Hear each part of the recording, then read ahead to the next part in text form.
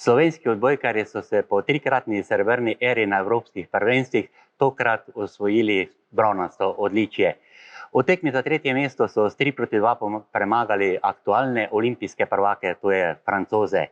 Med 14 odbojkarji, ki so bili na evropskem prvenstvu, pa je bil tudi Bistričan Žiga Štern. Torej, Žiga, čestitke za tole bronasto kolajno. Kar takole bi te vprašal, kakšno težo torej zate ima tole bronasto odličje? Ja, najprej najlepša hvala za čestitke. Ne vem, zdi se mi, da je zelo, zelo težko, saj smo zelo garali že 4 mesece za ta uspeh. Nekako malce drugače zapuščamo prizorišče z bronom. Vem, da smo bili prej 3-krat srebrni, ampak to je sedaj, morda ima še večjo težo, saj je to naša prva tekma, ki smo jo na koncu dobili za zaključek turnirja. Vedno smo zapuščali prizorišče sklonjenih glav, zdaj pa nekako se veselimo tiste brona, ki je sicer po rangu morda malce slabše kot srebro, ampak ne bi pripisoval manj uspeha ali pa manjše teže kot pa drugim medaljam. No, takole bi te vprašal, imaš zdaj 2 srebrni kolajni, torej bronasta kolajna, manjka še zlata kolajna, na tisto še boš verjetno tudi počakal v izbrani vrsti. Če malo pogledamo na tole evropsko prvenstvo, osmina finala Turki, tista tekma, nekako dobili ste jo s 3-2, Turki so povedali z 2-0. Kaj je potrebovalo takšnemu zasuku, da ste nekako kar prva 2 niza izgubili? Ja, tisto je bila res ena težjih tekem v tem poletju. Vemo, da smo odlično odigrali skupinski del, ampak rekel bi, da smo znali biti potrpežljivi, znali smo strniti vrste, predvsem na tisti tekmi z Turčijo. Tudi zdaj proti Franciji se je pokazalo, da smo malce padli, prepustili nasprotniku, da vodi igro, ampak potrpežljivost, dobra fizična pripravljenost in pa mentalno smo ostali močni, tako da smo uspeli strniti vrste in zmagati tisto tekmo. Ti je morda kaj žal za tisto tekmo polfinala proti Poljakom? Povedali ste v nizi z 1-0, na to pa izgubili s 3-1. Kaj je v tej tekmi naredilo tisti zasuk, da je nasprotnik nekako slavil? Jaz bi rekel, da prav to naša nepotrpežljivost, morda v nekaterih momentih smo preveč grešili, dopustili tekmecu, da on vodi igro. Mislim, da smo v drugem setu vodili 6-2 in na to naredili kar nekaj svojih lastnih napak. Tako da je nekaj grenkega priokusa, ampak medalja na koncu je en velik uspeh za slovenski šport, za slovensko odbojko, tako da smo veseli in gledamo v prihodnost. Kaj pravzaprav daje slovenski reprezentanci takšno moč, kolektiv, tista prijateljstvo samih igralcev, kvaliteta, ki jo imajo posamezniki, da so tako uspešni na teh svetovnih in evropskih tekmovanjih? Ja, glede na to, da smo že kar 8 do 10 let v tistem svetovnem rangu, praktično ekipa ostaja ista, ogrodje je ostalo isto, smo med seboj izjemno dobro povezani, smo na igrišču, izven igrišča, iskreni en do drugega, res dobri prijatelji, ampak glede na to, da se vsako poletje družimo po 4-5 mesecev, mislim, da je to tudi normalno. Tako da smo povezani, morda bolj kot kdo drugi, to opažajo tudi selektor, drugi trenerji, zato je toliko lažje vstopiti v to reprezentanco. Tudi selektor je to večkrat poudaril, da praktično kdorkoli pride, zdaj je to že 3. trener, ki osvaja medalje, ampak ta naša povezanost, to je res nekaj posebnega in verjamem, da nas čaka še marsikaj lepega.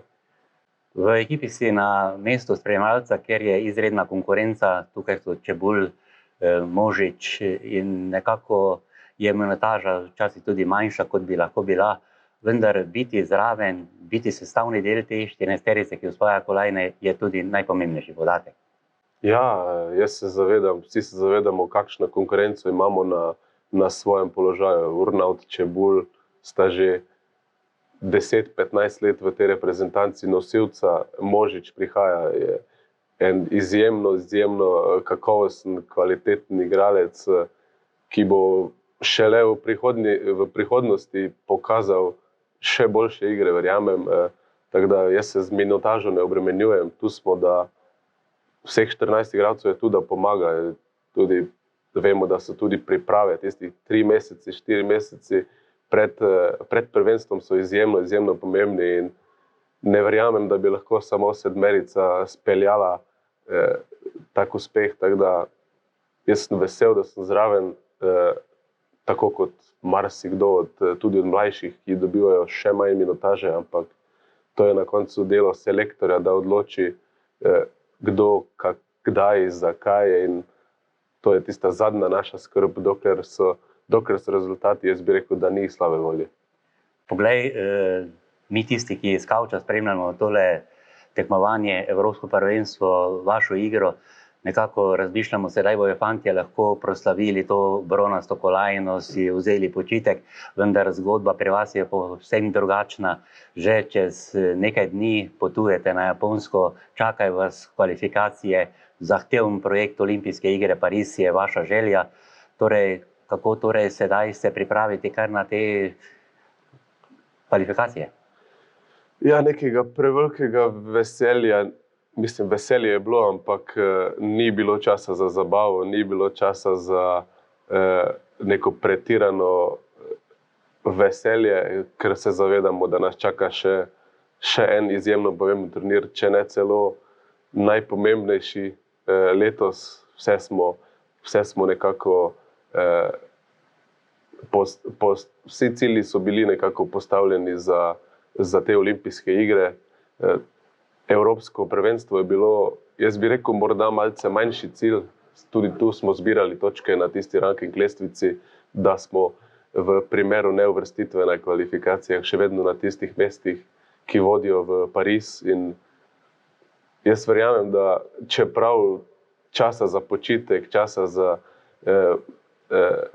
ohlajanje glave ni, verjamem, da bomo vsi nekako še bolj motivirani prišli na nov zbor, ki bo že pojutrišnjem. Tako da časa res ni veliko, ampak treba bo izkoristiti maksimalno tudi ta počitek in pa se pripraviti na naslednji turnir. Ja, po turnirju za olimpijske igre pa verjetno že z mislimi boš potem tudi v klubski sezoni. Nova klubska sezona te pelje na Poljsko, igral boš na Poljskem. Prej si bil leto dni v Nemčiji, pa 3 leta v Grčiji, sedaj pa v kvalitetno poljsko ekipo. Kakšna je ekipa, v katero odhajaš? Ja, jaz bi rekel, da je to en lep projekt, ki mi ga je takoj predstavil menedžer. Dokaj hitro smo se dogovorili, ko te pokliče klub iz močne poljske lige, ki je sedaj morda celo prerastla italijansko. Nekako vsi vemo, da je poljska domovina odbojke, organizacija, navijači, vse je na največjem možnem nivoju. Tako da jaz sem zelo vesel, da se sem tja, po Grčiji, po Nemčiji, po Italiji, neka nova izkušnja, ampak vsi komentarji glede kluba, glede lige so izjemno pozitivni in se že veselim, ampak najprej je treba oddelati še tisti zadnji del reprezentančnega poletja in upam, da bomo tudi na klubske sezone odšli tako veseli, kot smo prišli iz Evropskega prvenstva. Poglej, sedimo, pogovarjamo se tukaj v športni dvorani v Slovenski Bistrici. Sicer je ta sedaj prenovljena, prej si ti začenjal tukaj z odbojkarsko žogo se družiti.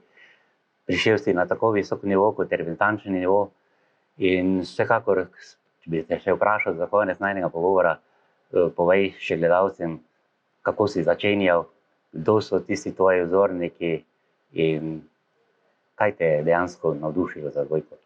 Jaz bi rekel, v prvi vrsti je bil tisti krivec, da smo tako jaz kot brat pristala v odbojki oče, ki je bil dolga leta igralec, trener in funkcionar v bistriškem klubu. Tako da od mladih nog sva spremljala treninge članskih ekip, se pridružila dokaj hitro, tako da žoga nam je nekako bila postavljena v roke že v mladih letih in jaz verjamem, da lahko marsikdo iz tega okolja vidi, da se da narediti ogromno z neko voljo, delom, ampak najprej jaz upam, da bodo ljudje, otroci prepoznali potencial, ki ga imamo v slovenskem športu, ne samo v odbojki, tako da smo veseli, da se vedno več otrok pridružuje našim klubom.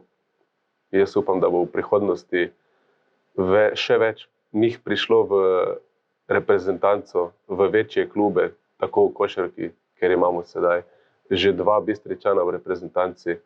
V odbojki nas je kar nekaj in jaz upam, da bomo tudi v daljni prihodnosti gledali Bistričane na najvišjem nivoju. Žiga, hvala, ker si vzel čas v tako natrpanem urniku, kot ga imaš. Čim manj poškodb, torej tudi v klubski sezoni, tudi na teh kvalifikacijah in vsekakor uspešno v športni karieri naprej ti želim. Najlepša hvala.